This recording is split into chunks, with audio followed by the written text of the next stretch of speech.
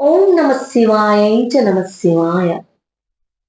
సకల చరాచర సృష్టికి మూలకారకురాలైన జగన్మాత లలితా త్రిపుర సుందరదేవి పాద పద్మాలకు నమస్కరిస్తూ ఆధ్యాత్మిక బంధువులందరికీ వందనమండి. మరి ఏ తల్లి చూపు మనపై పడితే మన ఇంట్లోని దరిద్రమంతా తొలగిపోయి లక్ష్మీ కటాక్షం సిద్ధిస్తుందో, ఏ అమ్మ అనుగ్రహ వీక్షణం కోసం ముక్కోటి దేవతలు సైతం ఎదురు చూస్తూ ఉంటారో, ఆ కరుణామయి నవరసభరితమైనటువంటి ఆ కామాక్షి అమ్మవారి దివ్యమైన దర్శన భావనను మనమందరము మనసులో నింపుకుంటూ ఈ రోజు మనము పరమ పవిత్రమైన సౌందర్యలహరి 51వ శ్లోకం అంతరార్థంలోకి అడుగు పెడుతున్నాం. ఒక తల్లి తన పిల్లల్ని చూసే చూపు ఒక్కో సందర్భంలో ఒక్కో విధంగా ఉంటుంది కదా. పాపం చేస్తే కోపంగా చూస్తుంది, మరి బాధలో ఉంటే కరుణగా చూస్తుంది, మరి మంచి చేస్తే చిరునవ్వుతో చూస్తుంది.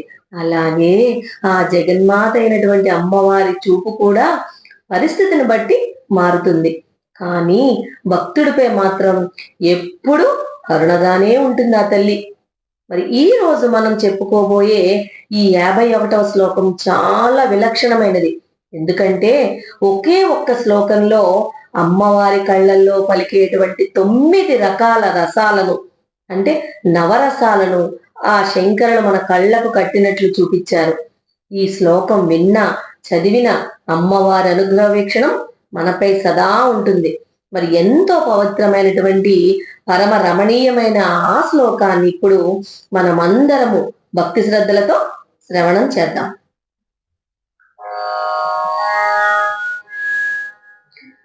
శివే శృంగారాద్రా తదితరగనే కుశన పరా సరోషా గంగాయాం గిరిసచరితే విస్మయవతి హరాహిభ్యో పీతా సరసరహ సౌభాగ్య జననీ సఖీషు స్మేరాతే మయి జననీ దృష్టి సకరుణా.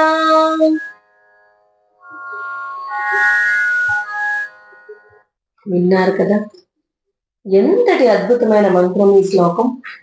వింటుంటేనే గుండెల్లో ఏదో తెలియని ఒక దివ్యమైన ప్రశాంతత, ఆధ్యాత్మిక తరంగాలు కదలాడుతున్నాయి కదా.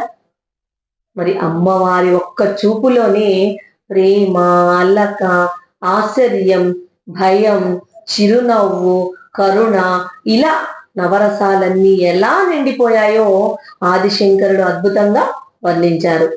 సాక్షాత్ ఆ పరమేశ్వరుడు ముందే ఆ నవరసాలలో కురిపించినటువంటి ఆ జగన్మాత దివ్య దృష్టి వెలుకొన్న రహస్యం ఏమిటి? ఆ శంకర భగవత్పాద హృదయంలో కదిలినటువంటి ఆ మాతృమూర్తి భావనలు ఎలాంటివి? ఇంకా ఈ శ్లోకంలో శంకరుడు అమ్మవారి కళ్ళల్లోని నవరసాలను శివుడితో ఆమెకు ఉండేటువంటి లీలా వినోదాల ద్వారా వర్ణించారు. ఇప్పుడు మనము ఈ శ్లోకం యొక్క అద్భుతమైన అంతరార్థంలోకి, ఆ తల్లి కరుణారస ప్రవాహంలోకి అడుగు పెడదాం. మొదటి పాదం, శివే శృంగారార్ద్ర తదితర జనే కుశన పరా.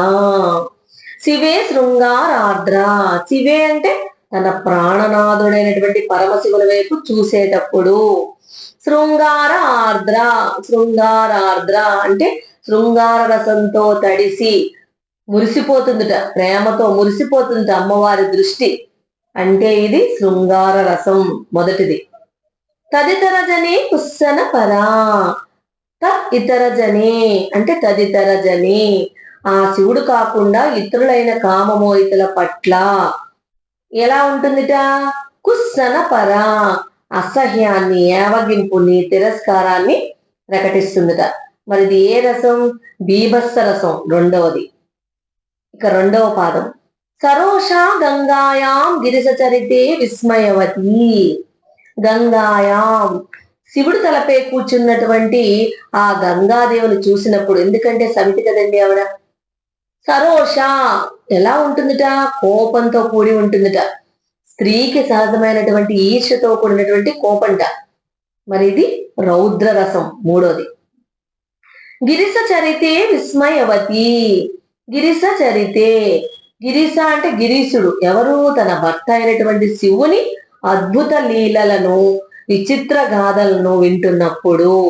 విస్మయవతి అంటే విస్మయం అవుతుందిట, అంటే ఆశ్చర్యంతో నిండిపోతుంది అమ్మవారు కన్ను అని.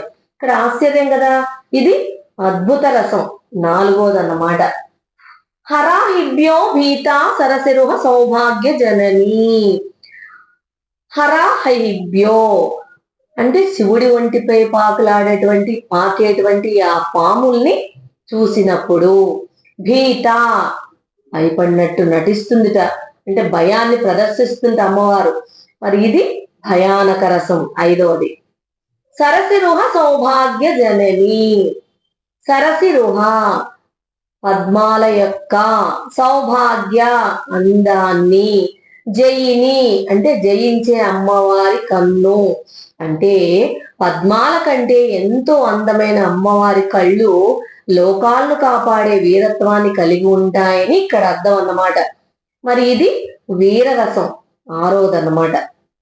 చివరి పాదం. సఖీషు స్మేరాతే మై జననీ దృష్టి కరుణ. సఖీషు అంటే తన తోటి చెలికత్తెలతో మాట్లాడేటప్పుడు, సఖి అంటే చెలికత్తె. స్మేరా ఎలాట, మందహాసంతో చిరునవ్వుతో నిండి ఉంటుంది ఆ తల్లి. ఇది హాస్యరసం ఏడవది. జనని ఓ జగన్మాత, ఓ పార్వతీదేవి. తే అంటే నీ, నీ అంటే అటువంటి నవరసాలు పలికేటువంటి నీ అని అర్థం. దృష్టి కంటి చూపు. మయి నాలాంటి దీనుడైన భక్తుడిపై పడినప్పుడు మాత్రం ఎలా ఉంటుందిట, సకరుణ పరమ దయతో, కరుణతో నిండి కరుణ రసాన్ని కురిపిస్తుందిట అమ్మ. ఇది కరుణ రసం ఎనిమిదవదన్నమాట. ఇక్కడ మనము ఒక అద్భుతమైన విశేషాన్ని గమనించాలండి. మన పెద్దలు నవరసాలు అంటారు కదా, కానీ ఈ శ్లోకంలో శంకరులు 8 రసాలనే చెప్పారు. తొమ్మిదవది అయినటువంటి ఆ శాంతరసం గురించి చెప్పలేదు. ఎందుకంటే నాట్య శాస్త్రకర్త అయినటువంటి భరతముని ఆయన పేరు, ఆయన నాట్య శాస్త్రకర్త అనమాట. ఆయన తన గ్రంథంలో కేవలం 8 రసాలని, అంటే అష్టరసాలను మాత్రమే ప్రస్తావించారట. ఆయన ఆ శాంతరసాన్ని ఆ నాట్యంలో ప్రదర్శించడానికి వీలు పడదు కదా అన్న ఉద్దేశంతో దాన్ని ఒక రసంగా పరిగణనలోకి తీసుకోలేదుట. ఆ తర్వాత వచ్చినటువంటి ఆయన తర్వాత అభినవ గుప్తుడు లాంటి లాక్షణికులు వాళ్ళు ఈ శాంతం కూడా ఒక రసమే అని చెప్పి దాన్ని కూడా 9వ రసంగా చేర్చారట. అప్పుడు నవరసాలు అయ్యాయన్నమాట. అది ఇక్కడ జగద్గురు ఆదిశంకరాచార్యులు వారు కూడా ఆ భరతముని సాంప్రదాయాన్ని గౌరవిస్తూ శివుడిపై శృంగారం, ఇతరులపై అసహ్యం, గంగపై కోపం, శివుడి లీలలపై ఆశ్చర్యం, పాములను చూస్తే భయం, లోకపాలనలో వీరత్వం, చెలికత్తెలతో హాస్యం, ఇంకా మనలాంటి భక్తులపై కరుణ అని ఇలా 8 రసాలనే అమ్మవారి కళ్ళల్లో చూపించారు. ఇక మరి 9వదైనటువంటి ఆ శాంతరసం ఎక్కడుందో తెలుసా? ఏ భక్తుడైతే అమ్మవారి ఈ కరుణారసాన్ని పొందుతాడో ఆ భక్తుడి మనసులో సకల కోరికలు నశించి చివరకు మిగిలేదే ఆ పరమ శాంతం. అది శంకరుల వారి దివ్య చాతుర్యం. ఇక్కడ మొత్తానికి ఈ శ్లోకానికి అర్థం ఏంటంటే, అమ్మవారు పరమశివుడితో ఏకాంతంలో ఉన్నప్పుడు కన్నుల్లో శృంగార రసం, సున్నితమైనటువంటి మృదుమైనటువంటి ప్రేమను కలిగి ఉంటుందిట. అలాంటి ఆర్ద్రతతో కూడిన చూపును ఆ స్వామిపై ప్రసరింపచేసి ఎప్పుడు ధ్యానమగ్నుడే ఉండే ఆ తండ్రిని పంచకృత్యాలు చేసేలాగా చేస్తుందిట ఆ తల్లి. ఇక తర్వాత శివుడు తప్ప ఇంకెవరినైనా చూసినప్పుడు ఆమె గంభీరంగా ఉంటుందిట. ఇతరులు ఎవరైనా సరే పవిత్ర భావంతో కాకుండా ఇతర భావంతో చూస్తే వాడి పట్ల అసహ్యంతో, బీభత్సరసంతో వాడిని కాల్చేసేలా ఒక్క చూపు చూస్తుంది ఆ తల్లి. ఇంకా తన దగ్గర గంగ యొక్క ప్రస్తావన తెచ్చిన, గంగని తన దగ్గర పొగిడిన ఆ అమ్మవారు కొంచెం రోషంతో, రౌద్రంతో చూస్తుందిట. ఎందుకంటే స్వామి తలపై ఉంది కదండి, కించిత్ కోపం వస్తుంది ఆ తల్లికి. అదే అమ్మ దగ్గరికి ఎవరైనా వచ్చి శివుడి లీలలు, సాహస కార్యాల గురించి గొప్పతనం చెప్తూ ఉంటే కళ్ళు పెద్దవి చేసుకుని ఆశ్చర్యపోతూ బలా అద్భుతంగా చెప్పావు అన్నట్లు చూస్తుంది ఆ తల్లి. అమ్మ దగ్గర అయ్య ప్రస్తావన వస్తే చాలండి, పొంగిపోతుంది ఆ తల్లి. కానీ అమ్మకు శివుడు ఆభరణాలుగా ధరించినటువంటి ఆ సర్పాలు ఉంటాయి కదా, వాటిని చూస్తేట భయంట. భయంతో ముడుచుకుపోతుంది ఆ తల్లి. అలాగే పద్మాలు చూసినప్పుడు ఇవందరూ అందమైన అంటారు, కానీ వీటికి అందాన్ని ఇచ్చేది నేనే కదా, కాబట్టి అందం విషయంలో నాకు సాటి వచ్చేది ఏదీ లేదు అని విజయం సాధించినట్లు వీరత్వం ప్రకటిస్తూ ఉంటుందట ఆ తల్లి వీరరసంతో. ఇక తన చెలికత్తెలతో మాట్లాడుతూ ఉంటే నేను అఖిలాండ కోటి బ్రహ్మాండ నాయకిని అని భావించకుండా చిరునవ్వుతోటి వాళ్ళతో మాట్లాడుతూ ఉంటుందిట. ఆమెకు తీవ్ర కోపం వచ్చినప్పుడు మాత్రం ఆమె కళ్ళు నీటిలోని ఎర్ర తామర పువ్వుల వలె ఎర్రగా అయిపోతాయిటండి. కానీ తనను నమ్ముకున్న మనలాంటి బిడ్డలను చూసినప్పుడు మాత్రం ఈ పైన చెప్పినటువంటి కోపాలు భయాలు ఏవి చూపించదు ఆ తల్లి. కేవలం ఒకే ఒక్క రసాన్ని చూపిస్తుంది. ఏంటో చెప్పండి? అదే భక్తుల యందు అపార కరుణారసం కురిపిస్తూ వారిని కన్న తల్లిలాగా ఎల్లవేళలా రక్షిస్తూ ఉంటుందట అని శంకరులు చెప్తున్నారు ఇక్కడ.